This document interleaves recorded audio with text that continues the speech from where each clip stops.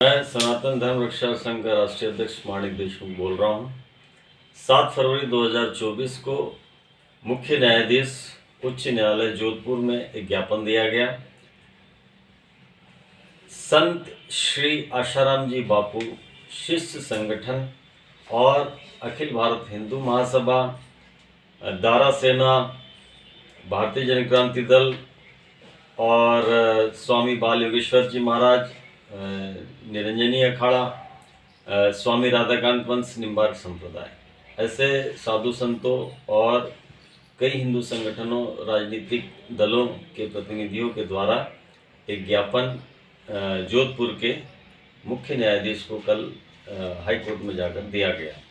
उसमें ये मांग की गई है, वो मैं मांग आपके सामने रख रहा हूँ और इसकी एक प्रति आपको मैं दिखाना चाह रहा हूँ।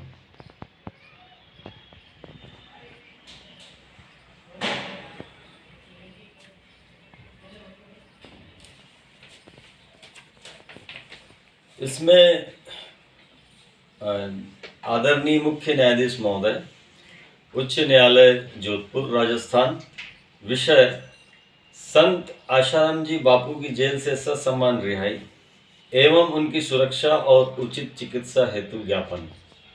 आदरणीय न्यायाधीश महोदय, नम्र निवेदन है कि आपको विदित हो कि संत आशाराम जी बापू पर आरोप लगाने वाली लड़की की मेडिकल रिपोर्ट में लड़की का कौमार्य सुरक्षित पाया गया है।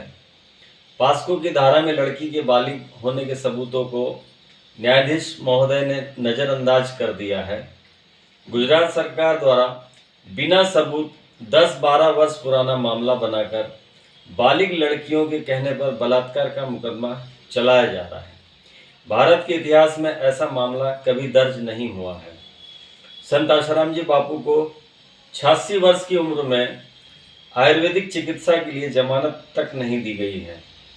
उनके संवैधानिक अधिकारों का खुला उल्लंघन हो रहा है। न्याय की समानता के अधिकारों का खुला उल्लंघन हो रहा है। न्यायिक हिरासत में उनके स्वस्थ शरीर को अनेक रोगों से ग्रस्त कर दिया गया है। 11 वर्षों से निर्दोष वृद्ध संत आशाराम जी बापू को न्यायिक हिरासत में प्रताड़ित किया जा रहा है। ऐसी न्याय व्यवस्था से भारत की छवि पूरे विश्व में धूमिल हो रही है। अभी 2 माह से फिर संत आशाराम जी बापू के स्वास्थ्य को लेकर हिंदू संगठन चिंतित है और जो जानकारी हमें विभिन्न माध्यमों से ज्ञात हो रही है, उसके अनुसार पूरे विश्व की जनता में अत्यंत आक्रोश है। हमें ज्ञात हुआ है कि संत आशाराम जी बापू की आयुर्वेदिक चिकित्सा की याचिका की सुनवाई 1-2 महीने से माननीय जोधपुर उच्च न्यायालय में हो रही है। हमें ज्ञात हुआ है कि 17 जनवरी को जोधपुर न्यायालय में संत आशाराम जी बापू के हृदय संबंधित ब्लॉकेज के ऑपरेशन हेतु बाईपास सर्जरी के लिए याचिका लगाई गई है। वह बापूजी की अनुमति के बिना लगाई गई है, क्योंकि उस समय बापूजी का स्वास्थ्य अत्यंत गंभीर रूप से अस्वस्थ था और वह कुछ भी निर्णय लेने में सक्षम नहीं थे। इसलिए बाईपास सर्जरी करवाने की याचिका 428/2024 को निरस्त किया जाए। संत आशाराम जी बापू ने सदैव हृदय की बाईपास सर्जरी के लिए दूसरों को मना किया है और आयुर्वेदिक उपचार बताया है, जिससे लाखों लोगों का स्वास्थ्य ठीक हो गया है। कोरोना काल में भी संत आशाराम जी बापू के आश्रम के आयुर्वेदिक दवाइयों से लाखों करोड़ों लोगों को लाभ हुआ है। लेकिन 2 वर्ष पूर्व कोरोना के नाम पर संत आशाराम जी बापू को पुलिस के पहरे में जोधपुर में महात्मा गांधी अस्पताल और एम्स में घातक इंजेक्शन लगाकर स्वस्थ शरीर को बुरी तरह रोगी बना दिया, मरणासन स्थिति में पहुंचा दिया। हीमोग्लोबिन 3.7 हो गया था। ऐसी स्थिति में किसी भी मनुष्य का जीवित बचना मुश्किल है। 2 वर्ष पूर्व भी इस हत्या की साजिश के प्रयास के 2 माह पूर्व हिंदू संगठनों ने संत आशाराम जी बापू की चिकित्सा की जानकारी सार्वजनिक करने की मांग की थी। 2 वर्ष हो गए, दोषी डॉक्टरों को अभी तक जेल नहीं भेजा गया है। अभी 2 माह से संत आशाराम जी बापू के पैरोकार रामचंद्र भट्ट ने आयुर्वेदिक चिकित्सा की अपील याचिका लगाई थी। इसकी सुनवाई के दौरान किसी पुलिस अधिकारी ने 18 फरवरी 2024 को पैरोकार रामचंद्र भट्ट को 18 जनवरी या 8 जनवरी 18 जनवरी 2024 को पैरोकार रामचंद्र भट्ट को न्यायालय में घुसने से रोक दिया था। पैरोकार रामचंद्र का कहना है उसको बिना बताए आयुर्वेदिक याचिका के सामने बाईपास सर्जरी की याचिका सुनवाई पर कैसे आ गई। आदरणीय न्यायाधीश महोदय, हिंदू संगठनों की मांग है कि संत आशाराम जी बापू की बाईपास सर्जरी की याचिका को निरस्त किया जाए या संत आशाराम जी बापू को प्रत्यक्ष करके या वीडियो कॉल करके आम जनता को विश्वास में लिया जाए। संत आशाराम जी बापू की चिकित्सा उनके इच्छानुसार हो रही है या नहीं, इस हेतु इस केस की बहस की संपूर्ण सुनवाई को आम जनता को दिखाई दे, सुनाई दे, ऐसी व्यवस्था की जाए, न्याय में विश्वास पैदा किया जाए। संत आशाराम जी बापू एलोपैथिक कैप्सूल भी नहीं खाते हैं क्योंकि उसमें गाय और अन्य पशुओं की चर्बी मिली होने की संभावना होती है। संत आशाराम जी बापू ने हमेशा आयुर्वेदिक इलाज के द्वारा अपने शरीर के रोग ठीक करने की बात कही है। उनकी धार्मिक आस्थाओं की रक्षा की जाए। संविधान के अनुच्छेद 21 के अनुसार कैदियों को उनके इच्छा अनुसार चिकित्सा करवाने के अधिकार दिए गए हैं। हिंदू संगठनों द्वारा सरकार को समय समय पर देशद्रोही शक्तियों के षड्यंत्र से चिताया गया है जो हिंदू संतों को लगातार निशाना बना रही है।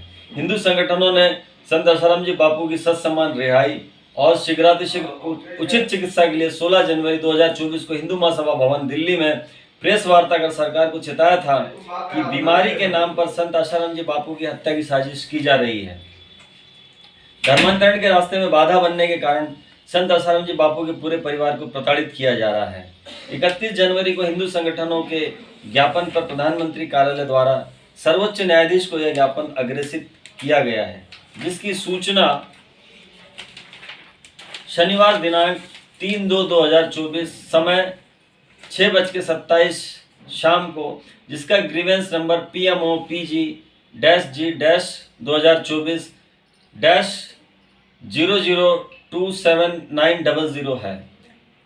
हिंदू संगठन आपके संज्ञान में लाना चाहते हैं कि धर्मांतरण करने वाली शक्तियां छद्म युद्ध के द्वारा सनातन हिंदू धर्म के रक्षक साधु संतों को लगातार निशाना बना रही है। उड़ीसा के स्वामी लक्ष्मणानंद और उनके गुरुकुल के छात्र छात्राओं को गोलियों से भूनकर कुल्हाड़ी से काट काट कर टुकड़े कर दिए गए। क्रिश्चियन बाहुल जनसंख्या द्वारा पालघर में तीनों साधुओं की हत्या पुलिस के सामने पीट पीट कर दी गई। कोई भगवा वस्त्रधारी उस क्षेत्र से जीवित बचकर नहीं जा सकता है। सब कहीं बात कर रहे हैं क्या? इस घटना से पूरे देश में हिंदू मुस्लिम गृह युद्ध का माहौल बनाया गया। नक्सली आतंकवादी क्रिश्चियन पंथ गुरु पोप के आदेश पर भारत की सीमा के अंदर आए दिन पुलिस जवानों सैनिकों की हत्याएं हो रही हैं। आम नागरिकों की बात ही क्या की जाए। 15 वर्षों से हिंदू संगठन धर्मद्रोही देशद्रोही शक्तियों को उजागर कर रहे हैं। संत आशाराम जी बापू ने स्वामी विवेकानंद के जैसे संस्कार देकर भारत की युवा पीढ़ी को बचाया है। क्रिश्चियन पंथ सर्वोच्च गुरु पोप को 235 शारीरिक मानसिक अपंग बच्चों का 20 वर्ष तक यौन शोषण करने के मामले में दोषी पाया गया है। बलात्कार से पीड़ित क्रिश्चियन नन्हें धरने दे रही है। दोषी क्रिश्चियन पादरी खुलेआम घूम रहे हैं। संविधान के पालन की शपथ लेने वाले न्यायाधीश महोदय से हम अपेक्षा करते हैं कि हिंदू साधु संतों और हिंदू जनता को न्याय और सुरक्षा प्रदान करने के लिए शीघ्र उचित कार्रवाई करेंगे।